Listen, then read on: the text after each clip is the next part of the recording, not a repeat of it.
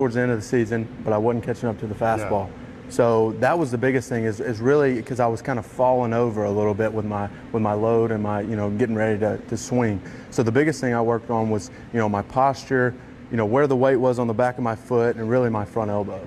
There's an expression in baseball, many of you know it.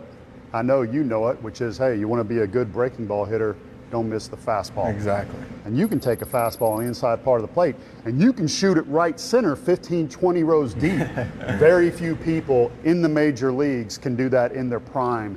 You did it at 21 years old. What's the secret to your core explosion?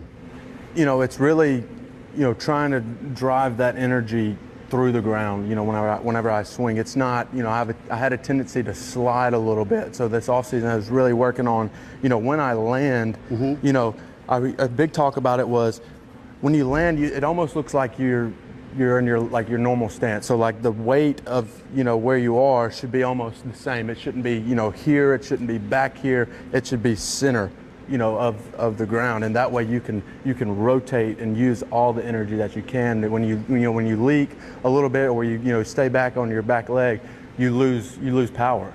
So Right. the biggest thing was, where can I get that energy, through my body and create that backspin, like I said, if I'm a little bit late, I still have that power to push it to right center.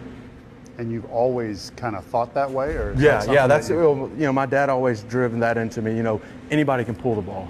Okay. Anybody can, but if you can work all parts of the field, you're going to be a more complete hitter. As you focus on hitting the fastball, getting back on track with your approach, do you also work on hitting sliders, hitting curveballs? I didn't really this offseason. It was more of if I have the correct swing, I can hit to that pitch. I can get to that pitch fine. It's like I said, it was more of cleaning up my swing, making it more consistent.